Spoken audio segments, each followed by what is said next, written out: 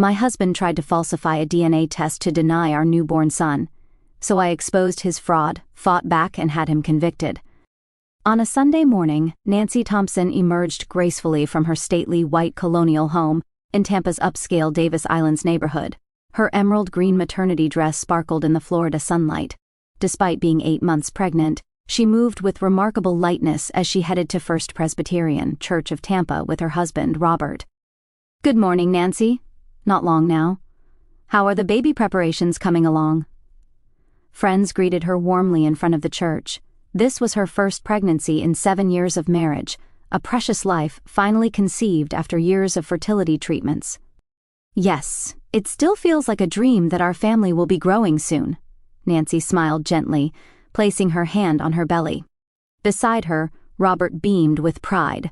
As a senior manager at a real estate development company, he had contributed to Tampa's economic growth and was a trusted figure in the church community.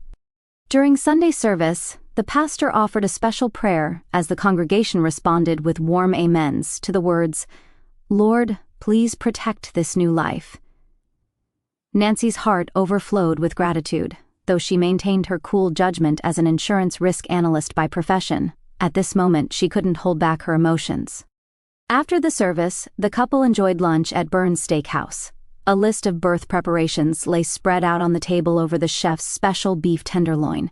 Robert usually kept work talk to a minimum, focusing instead on the upcoming birth.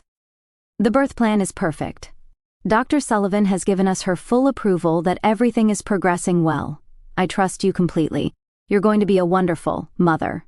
Robert spoke softly, reaching across the table to hold Nancy's hand. His gesture brought tears to her eyes. In the afternoon, they enjoyed some final shopping at International Plaza. At the baby store, Robert carefully examined each stuffed animal, seriously considering which would be the best. "How about this white rabbit? It could be the baby's first friend." That evening, Nancy sat alone in the bedroom, looking through an album. Photos from hospital visits during fertility treatments, flowers Robert had given her after each egg retrieval, and the positive pregnancy test she'd waited so long for, all had become precious memories. In particular, the photo from the day they confirmed their first pregnancy showed them both crying with joy. The following weekend, Nancy's mother, Elizabeth, came to check on them. The aroma of homemade apple pie filled the house. "Nancy, your nursery is absolutely lovely." The clean, white-based space was accented with gentle pastel colors. A mobile swayed gently in the breeze from the ceiling, while hand-painted animals smiled sweetly from the walls. Robert took time off to help prepare everything. He even painted the murals himself. "That boy will surely be a wonderful father. I can feel your love for each other filling this room."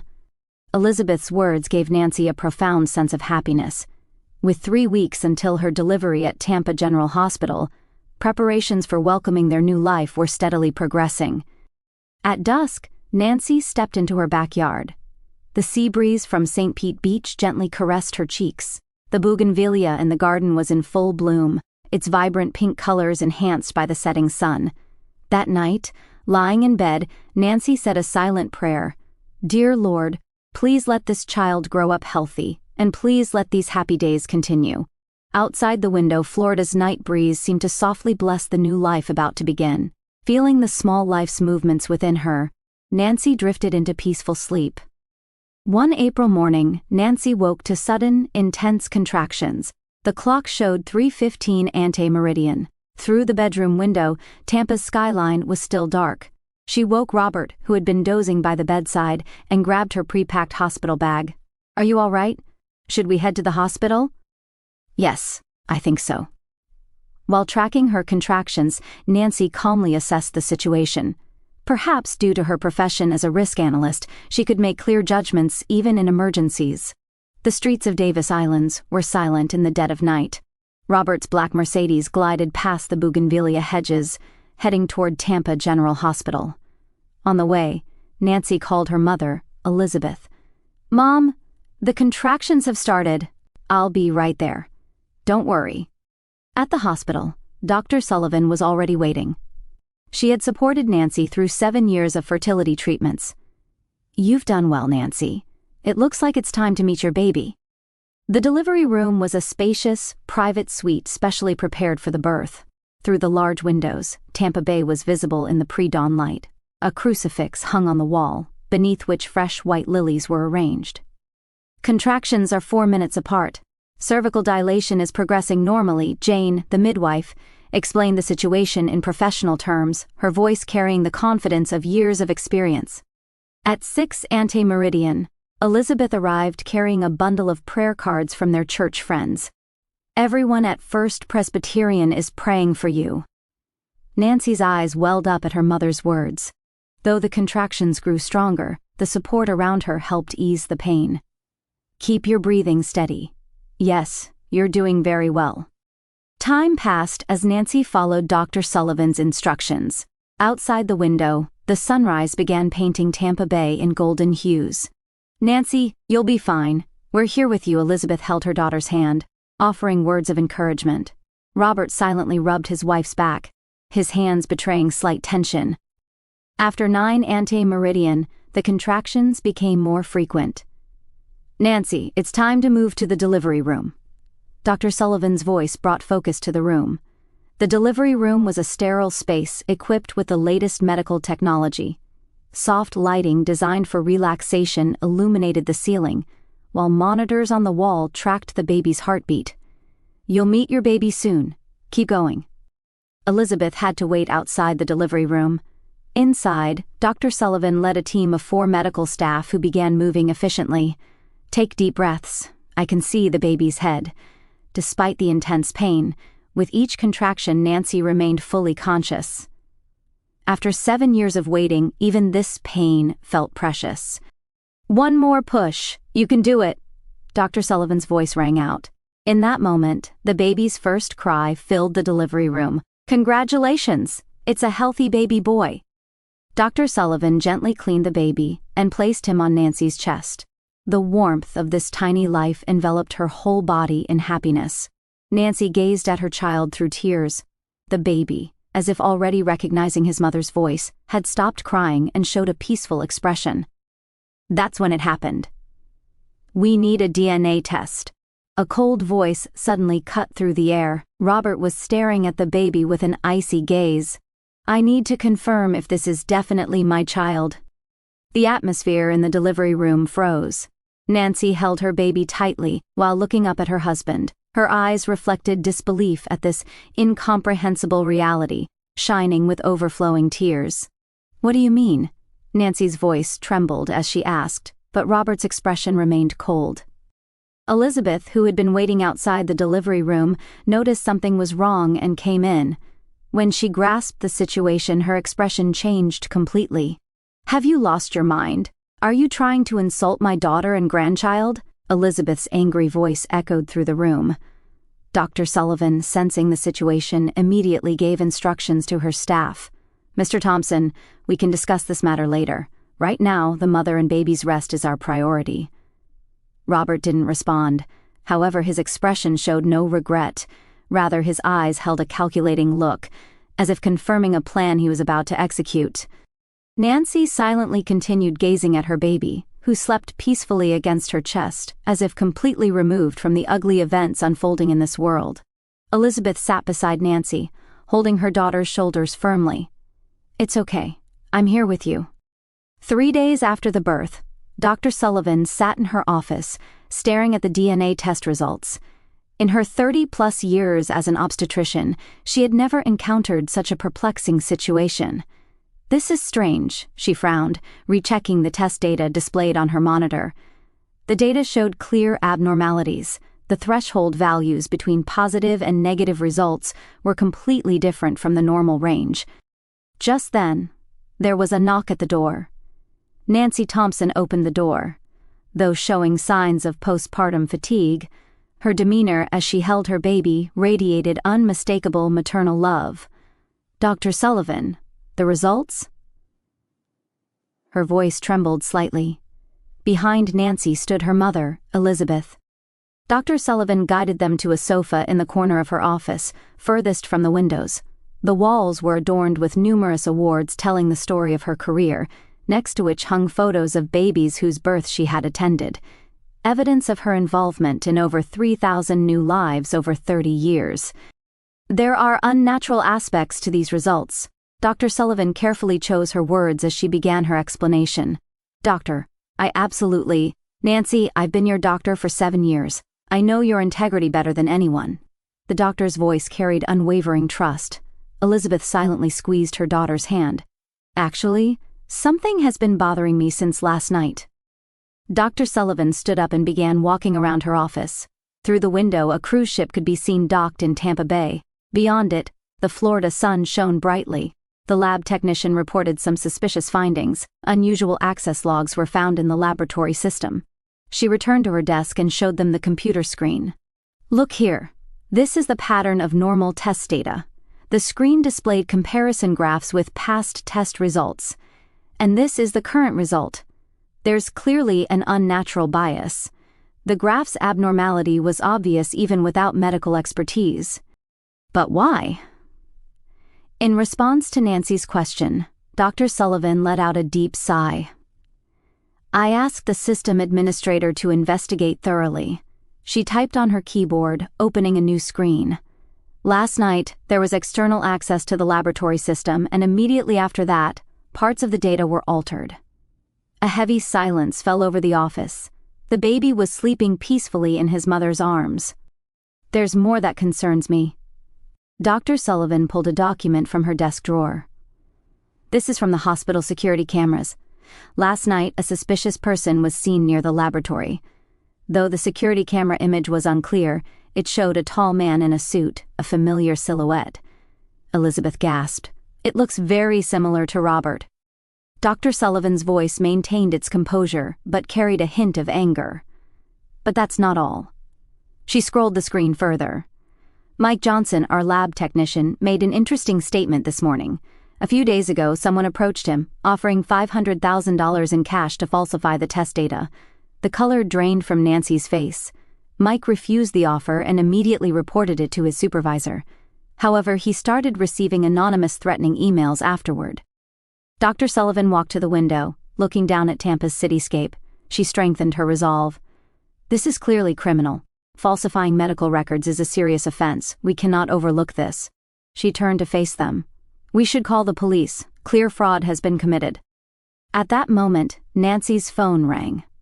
A message from Robert appeared on the screen. Let me know as soon as the DNA test results are out.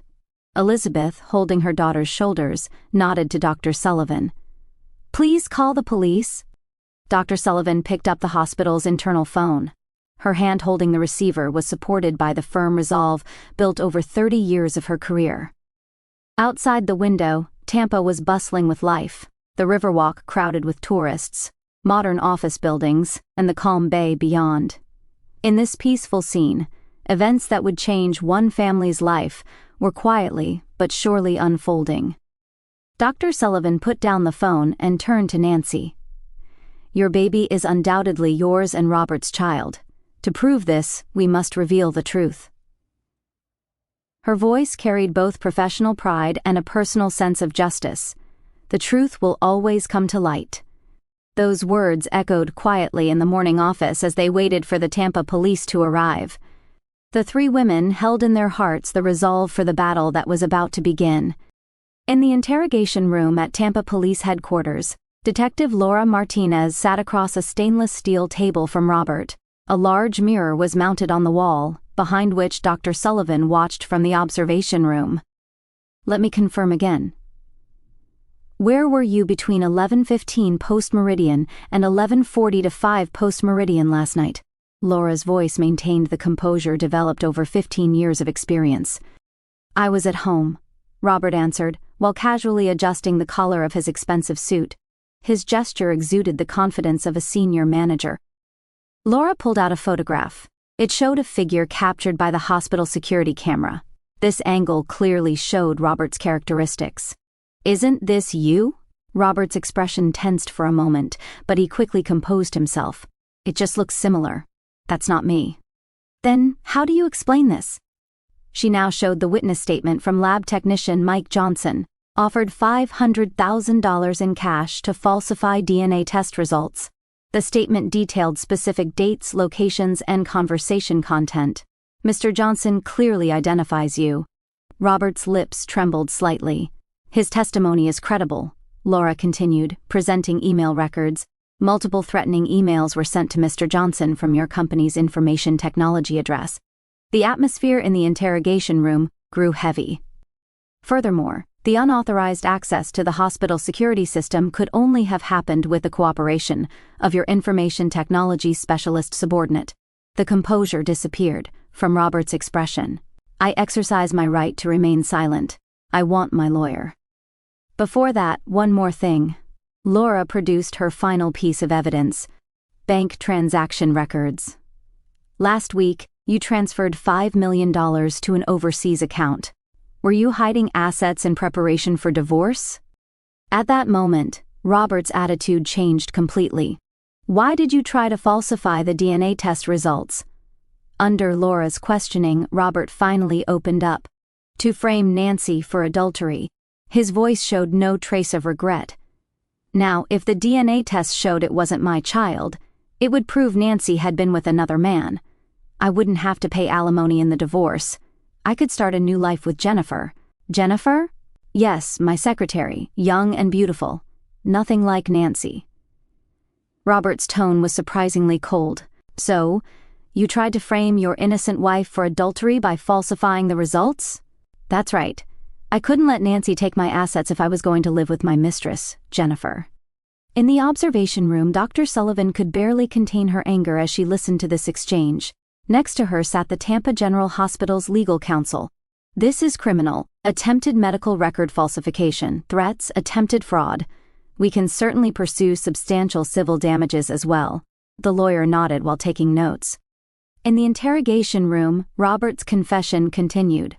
I don't care about Nancy anymore. 7 years of fertility treatments? I just went along with it. Jennifer could give me a child right away. Laura's eyes flashed sharply at those words. Mr. Thompson, are you saying your love for your wife and your newborn child were all lies? Robert sneered as he replied, Business requires no emotion. Marriage is just business. At that moment, footsteps were heard in the hallway. The door opened, and a young woman appeared. Jennifer! Robert exclaimed in surprise. Jennifer looked straight at Robert. I told the police everything. How you instructed me to contact Mike Johnson. How you planned the data falsification. Everything. What? Let's end this, Robert. I cannot be part of framing an innocent person. Jennifer's voice carried firm resolve. The DNA test results have already been verified, Laura quietly announced. The baby is undoubtedly your biological child. You tried to deny even your own flesh and blood. The color drained from Robert's face. Robert Thompson, you are under arrest. Laura stood up and began the arrest procedure. In the observation room, Dr. Sullivan let out a deep sigh. Now, Nancy and the baby's honor has been protected. In the hallway, media was already gathering. The arrest of a senior manager from Tampa's prominent real estate development company would undoubtedly become major news. However, Dr. Sullivan's concern lay elsewhere. I pray that Nancy and the baby's emotional wounds will heal, even if just a little. Through the Tampa Police Headquarters windows, the sun could be seen setting over St. Petersburg. It seemed to signal both the end of one family story and the beginning of a new one. In the spring of 2026, 2-year-old Matthew Thompson runs around the garden in the quiet residential area of Davis Islands. Nancy watches over him tenderly from a rocking chair on the veranda. Matthew, it's snack time! At Nancy's call, Matthew responds with a bright smile. His eyes shine with unprecedented brilliance. The events of 2 years ago certainly left deep scars. However, mother and son have now begun walking a new path in life. At First Presbyterian Church of Tampa, Nancy has taken on a central role in the parenting support group that meets after Sunday services. Her experience serves as inspiration for women in similar situations. God never gives us trials we cannot overcome. Nancy's words in the support group carry deep conviction. People from all around Tampa come to hear her story. Her professional life is also fulfilling. Her analytical skills at the insurance company have become even sharper, and her proposals for family-related insurance products, drawing from her experience, are highly valued. Your proposals show a real understanding of the risks modern families face." These words from her supervisor gave Nancy genuine confidence. Elizabeth comes to see Matthew every weekend. Watching her grandson grow has become her greatest joy. "Mom, look," Matthew learned another new word. The bond between mother and daughter has grown even stronger since that incident. Dr. Sullivan still regularly checks on Nancy and her son. Her reputation at Tampa General Hospital has grown even more as a doctor who stood firm for justice. The hospital's security system has been significantly enhanced, and their medical record protection system has become one of the best in the nation. That decision back then was the right one. She remains convinced of this. Meanwhile, Robert's end was pitiful. He received a 2-year prison sentence for attempted medical record falsification, intimidation, and other charges, serving his time in a Tampa, Florida, prison. His real estate development license was revoked, and he was immediately fired from his company. Ironically, his mistress Jennifer disappeared right after the incident.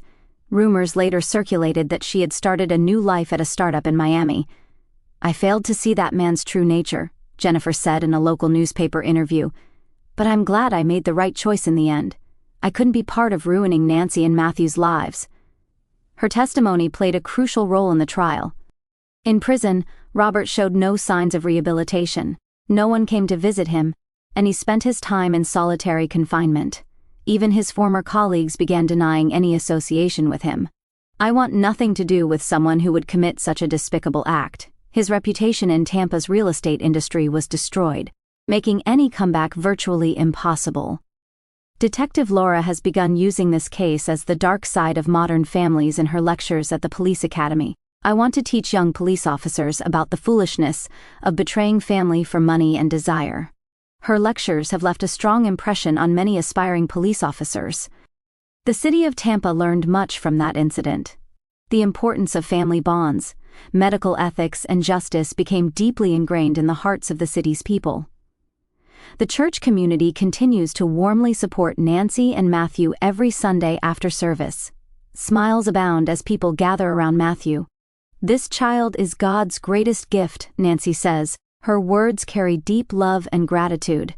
The shocking events of 2 years ago were certainly a great trial. However, overcoming them has made Nancy an even stronger and more gentle mother. Matthew grows up healthy, surrounded by his mother's love. He doesn't yet know about the events that occurred at the beginning of his life, but his innocent smile continues to heal the hearts of the adults around him. Justice always prevails. Elizabeth's words carry very convincing weight. Like the sunlight shining down on Tampa, a bright future awaits this mother and son. The spring breeze gently sways the street trees in Davis Islands. In the dappled sunlight, Matthew runs around innocently. Nancy watches him quietly, savoring her happiness. Their new life had already taken its first steady steps forward. As I look back on those fateful days, my heart still aches with a mix of pain, betrayal, and profound gratitude. For 7 long years, Robert and I fought through the agony of fertility treatments, holding on to hope like a fragile lifeline. Every failed cycle, every tearful night, he was there, or so I believed, whispering promises of our future family. When that positive test finally came, it felt like a miracle, a divine answer to countless prayers. I remember the joy in his eyes that day, the way we clung to each other, sobbing in disbelief, building the nursery together, choosing that white rabbit stuffed animal, planning every detail of our son's arrival. It all seemed perfect, a testament to our enduring love. Then came the birth. After hours of labor, when they placed my beautiful baby boy on my chest, warmth flooded through me like nothing I'd ever known. His tiny fingers curled around mine, and in that instant the world narrowed to just us, mother and child. But Robert's words shattered it all. "We need a DNA test." His voice was ice cold, his eyes devoid of the pride I'd expected from a new father. I stared at him in shock, cradling our son tighter, as if to shield him from the cruelty unfolding. How could the man who'd painted murals on the nursery walls, who'd held my hand through endless doctor visits, suddenly doubt this precious life we'd created together? It felt like a nightmare I couldn't wake from. disbelief turning to heartbreak as the reality sank in. The days that followed were a whirlwind of devastation. Discovering the falsified test results, the bribes, the threats. It was as if the foundation of my marriage crumbled overnight. Robert, the respected community leader, the devoted husband I'd trusted implicitly, had been plotting to frame me for infidelity, all to avoid alimony, to run off with his young secretary. Hearing his confession in that interrogation room, through the accounts from Dr. Sullivan and the police, broke something deep inside me. He admitted it callously. Our marriage was just business. The fertility struggle's something he went along with. My son, his own flesh and blood, reduced to a pawn in his selfish scheme. The betrayal cut deeper than any labor pain. It was a wound to my soul, questioning every memory, every tender moment we'd shared. Yet, amid the darkness, strength emerged from places I didn't know I had. With my mother's unwavering support, Dr. Sullivan's fierce advocacy, and even Jennifer's courageous turnaround, we exposed the truth. Fighting back wasn't easy, facing the media scrutiny, the legal battles, the emotional toll of divorce while caring for a newborn. There were nights I cried myself to sleep, wondering how I'd raise Matthew alone, haunted by the fear that this trauma would scar us forever. But exposing Robert's fraud, seeing him convicted and held accountable, brought a sense of justice that began to heal those wounds. It reaffirmed my faith, that truth prevails, that goodness endures even when evil tries to overshadow it. Now, watching 2-year-old Matthew chase butterflies in our garden, his laughter filling the air like sunlight, I feel an overwhelming peace. Those trials forged me into a stronger woman, a devoted mother, a compassionate advocate in our church group, a sharper professional drawing from real-life resilience. The scars remain, reminders of betrayal's sting, but they've transformed into badges of survival and growth. I'm grateful for the love that surrounds us, my mother's visits, the church community's embrace, Dr. Sullivan's continued care. Most of all, I'm thankful for Matthew, this innocent, joyful boy who healed my heart without even knowing it. Life has taught me that happiness isn't fragile, it's resilient. We've built a new chapter, brighter and more authentic than before. God turned our deepest pain into profound purpose, and for that my heart overflows with hope and love.